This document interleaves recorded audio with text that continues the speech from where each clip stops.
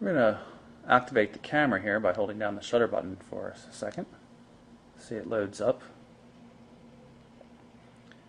Now the thing is, if you want to take landscape formatted pictures, you actually have to open up the slider, which makes the shutter button, which is back here, pretty hard to access. Fortunately, you can still use the D-pad center button.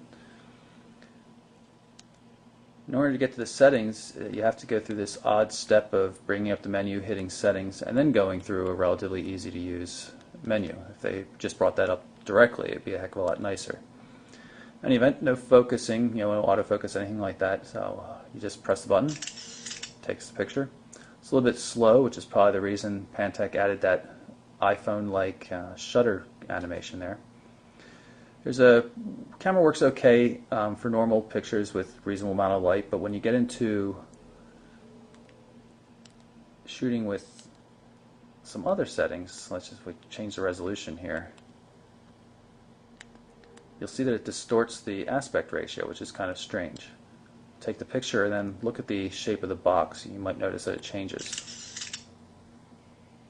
It's stretched out vertically, which is kind of weird.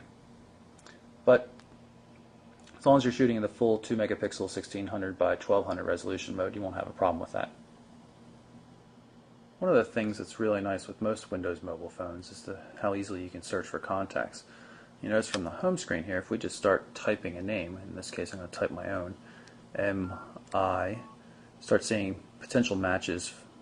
And if I hit the space down here, I can actually start searching on the last name as well. So space and then O, and it gets limited to people that match first and last name. You can also do that from the home screen with the QWERTY keyboard as well. So you can type J-O-H space D and you see John Doe.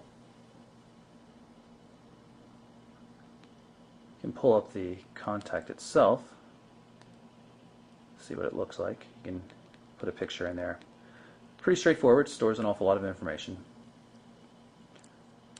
Contacts list is also kind of nice. Move through your list of contacts and then you can move left and right to change which contact you're actually accessing. Mobile, work, text. Pretty useful. If I press down on this record button, you're going to bring up the quick access menu like I mentioned before. You can see it gives you good easy access to powering the phone on and off, task manager to see which applications are running.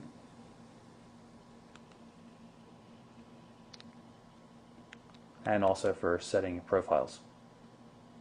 One of the problems I have with it though is that the record button and the shutter button are right next to each other. So often when I'm trying to hit the shutter button, I end up hitting the record button just by virtue of pinching the device. So it would have been nicer if they were a little bit offset so that didn't happen as easily. If you long press the record button, you get this voice dialing. Speaker independent system. Say command. Call John Doe. More than one John Doe. Please select. Dialing.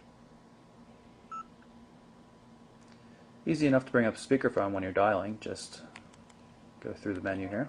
AT&T 411 info. Say a city and state, or say... And hit the end button down here to end the call. It's worth pointing out that unlike a lot of the AT&T devices, the internet sharing application is enabled by default, so you can easily use the phone as a Bluetooth modem or a USB modem if you use the included USB cable. The AT&T Navigator, which is built by Telenav, is also supported on this device. It's not pre-installed, but you can easily install it just by clicking on the shortcut in the menu. It's also a trial of Mobi TV, and of course ActiveSync for syncing over the air for push email and contacts and things like that. I have this hooked up to an Exchange server. So that's our look at the Pantech Matrix Pro, the CH20 for AT&T.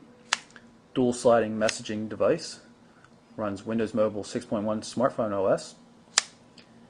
Very good looking design, functional as well. It's just missing some of the high-end multimedia features that a lot of people are expecting today. There's no touchscreen, relatively weak at least, 2 megapixel camera, and no 3.5mm headphone jack. Wi-Fi is also lacking, but AT&T does at least let you use the phone as a modem. So that's it, Pantech Matrix Pro. I'm Michael Orrell from MobileBurn.com.